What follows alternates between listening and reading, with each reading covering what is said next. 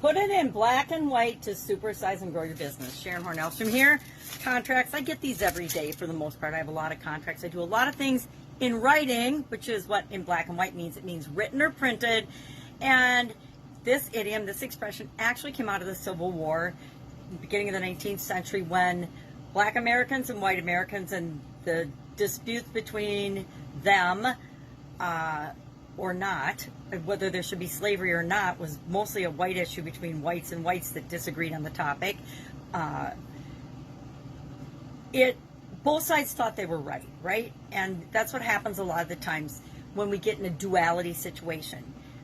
People believe that there's only two choices, right? Black or white, and that one is good, one is bad, one is right, one is wrong, and that is seldom the truth. There are many areas of gray, and we need to remember that when we're building and growing and supersizing our business. When I was researching this idiom, of course, given these racially charged BS drummed up times due to the media in the United States, there were a lot of questions asked by people, is using the expression black and white racist? And I'm going to say unequivocally, no.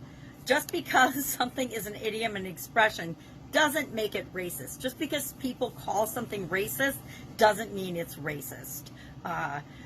Whenever we have a political cycle, we see this racism card coming out of the woodwork by one political party, or usually more than the other. But it's used as a weapon to generate fear and discontent among people that really aren't feeling fear and discontent, or that there's any real problem between different people. We spent decades in this country eliminating racism, making sure that people were treated equally as individuals, and just in the recent political climate, it's taken a dive toward the other direction, which I find very disheartening. So today, get it in black and white is what I was going to say, and then I realized if I say I need to get something in black and white, that means I'm putting the control of that outside of myself and my business, so I want to put it in black and white. I want to make sure that expectations, agreements, what somebody says they're going to do and what I say I'm going to do is perfectly clear. It's why I always use onboarding, documented as well as video and written procedures and processes and communication with people to make sure that we're all on the same page, that we understand clearly what I'm going to do and what they're going to do, what the expectations are of every party involved in different areas of my organizations, in different areas of agreement, so that we actually have agreement. And even when things are in black and white, even when things are written down, even when we have contracts drawn up, there can still be misunderstanding and discontent. But it's a lot more clear than when we don't have things clearly spelled out and written down. How do we do certain things?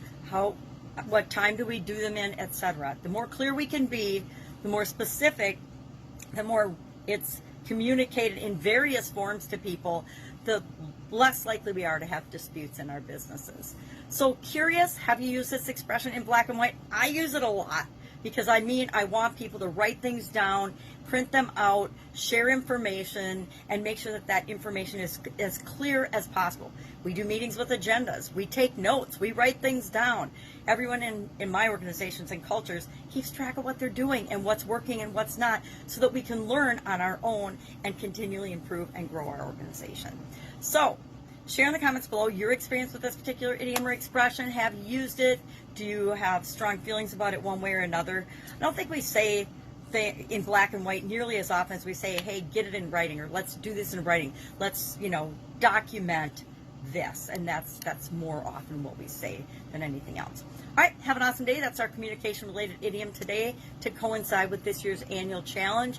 If you've got a communication idiom that you just would love to know the origin and how you can apply it to your business today, hit me up. Otherwise, I'll just keep picking them and we'll share one every day for the rest of this month.